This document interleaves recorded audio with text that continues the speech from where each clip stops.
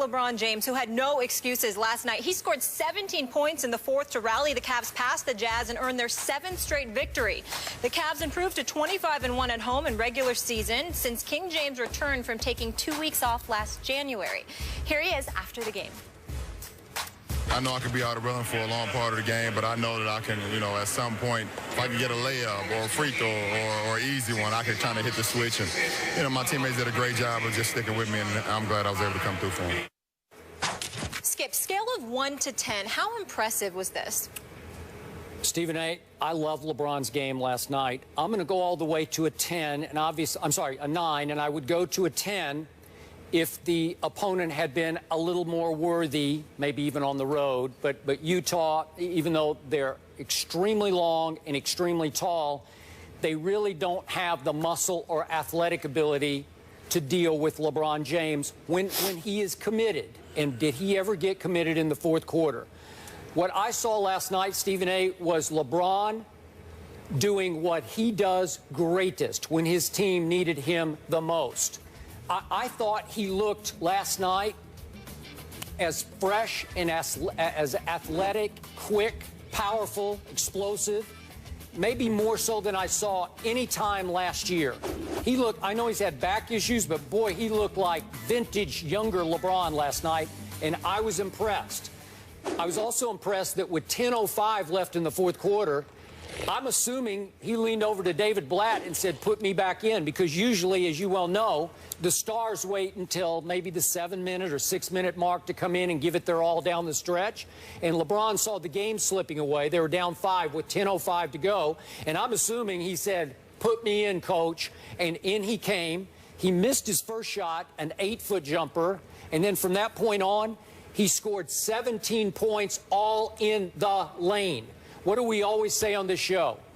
Take it to the rack, because nobody can stop the freight train that is LeBron James when he unleashes on a team like he did on Utah. And all of a sudden, you can just look down the play-by-play. Layup, 5-footer off the glass. Layup +1. Rodney Hood made the dumb play of the night, actually tried to stop LeBron from shooting a layup by hugging him. You can't hug LeBron James. You better take him down, because he took you down, took you right to the hole for an and one, and he made that free throw. His free throws are always a little bit of a liability. He made 5 out of 8, but he was getting to the free throw line, hurting Utah that way. And to his credit, Stephen A., he took 1 3-point shot in the whole game, and it was a one to go ahead, 98-96, with 5 minutes to go, and he missed that.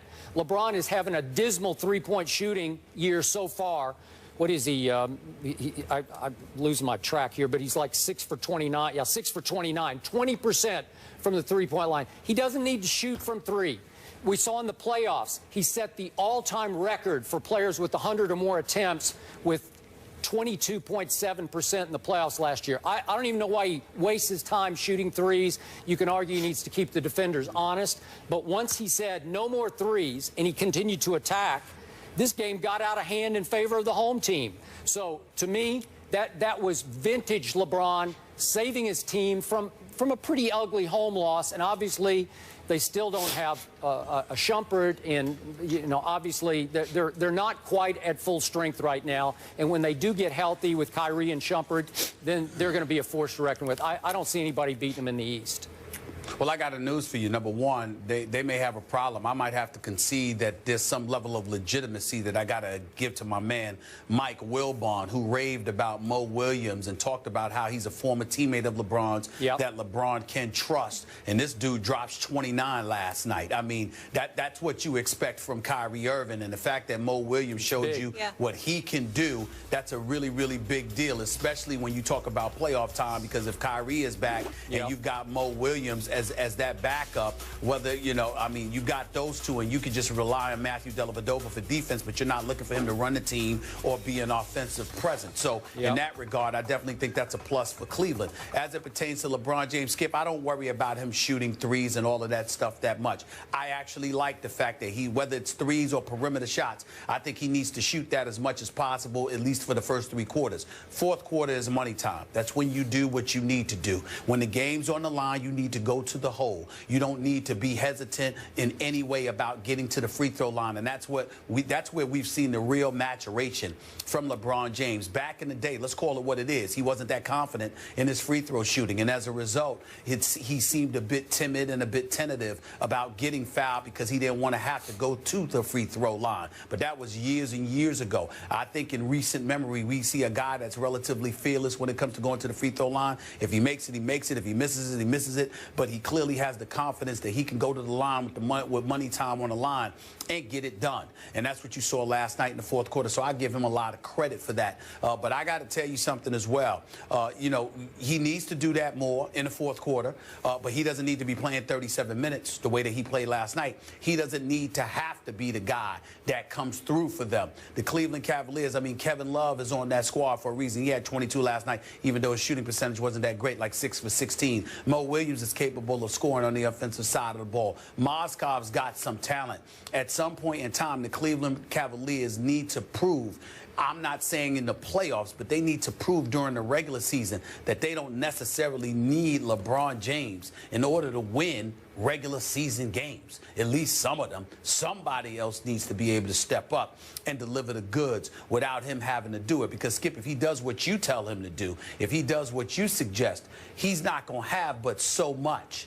You know, come playoff time, because he's putting his body through it, not just by being on the court, but by absorbing all the contact he inevitably is going to absorb when he's attacking the basket. So you don't really want him to do that too much. Do it when you have to, but that his game shouldn't be predicated on that, because he won't last. He won't last for the marathon that way. And before I finish, let me give some props to the Utah Jazz. They're just 4-3 on the season. Skip Bayless, this team is not bad. I mean, when you look at Alec Burks, who was picked in the first round a couple of years ago, when you look at Trey Burke, when you look at Rodney Hood, who was out of Duke, who was a 23rd overall pick in 2014, he's in your starting lineup. You got Gordon Hayward, you got Derek Favors. I mean, they, like you said, they're just not tried, true, and tested, you know, with games that really count. And they're going to succumb to the superstars in this league. They will. But Kevin O'Connor and those boys and Walt Perrin and everybody, I mean, this is an impressive young group as far as I'm concerned. They've got some potential in Utah. I like the talent that I see them accumulating. I really do. Okay, but in the end, when LeBron said it's time, they shrank. To me, and again, Gobert is so long and tall and in Favors and all the rest, but they could not deal with the freight train when it was time. And I agree with you. You have to pick your spots. But he really picked a spot last night. You can say it was just Utah, and it's early in the year. I just love the way he played. And again, go ahead. And Skip, what I would say to you is that in recent memory over the last several years, we've really only seen two teams that can deal with the freight train, that is LeBron James.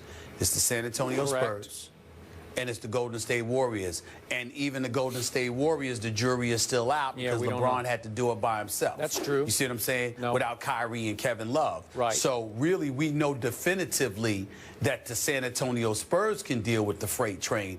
We believe that Golden State can because of Steph Curry and the arsenal that he brings.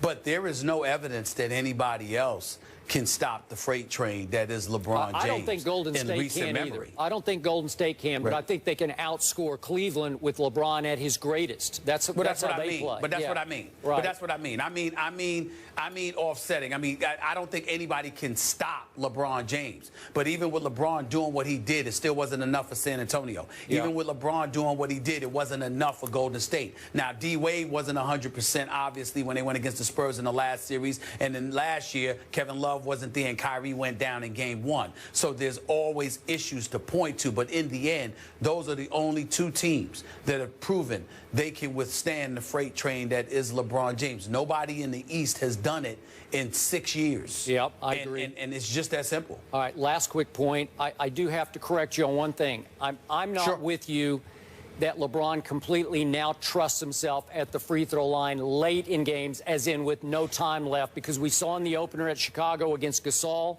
I think he shied away from attacking Gasol and having to go shoot two free throws. Well, the operative words I would say is, you know, I hear where you're coming from. My belief is that he's fearless about it now. I don't think that he conscientiously thinks about avoiding the free throw line the way I thought he used to. I don't think that's an issue with him anymore. I think he goes out there, he makes the play. If he gets fouled, he gets fouled. If he doesn't, he doesn't. Whereas years and years ago, before he won a championship, I actually thought at times he was scared to go to the free throw line. I don't think that about him now. And Stephen A., to your point on Mo Williams, his return being a great offseason pickup, when he scores 25 points, 5 rebounds, 5 assists, the Cavs are 5-1, so clearly making a difference with the injured Kyrie. Welcome to Veterans Day edition here on First Take. Check out our complete rundown on Instagram. Not only do we have Jeezy in the house, but we also have all the hot topics you're waiting to hear from Stephen A. and Skip, their takes, including Rex being Rex. Take a listen. #1 team in the country, got arguably the best holder in the country. So a lot of great things, a lot of positive things with Clemson.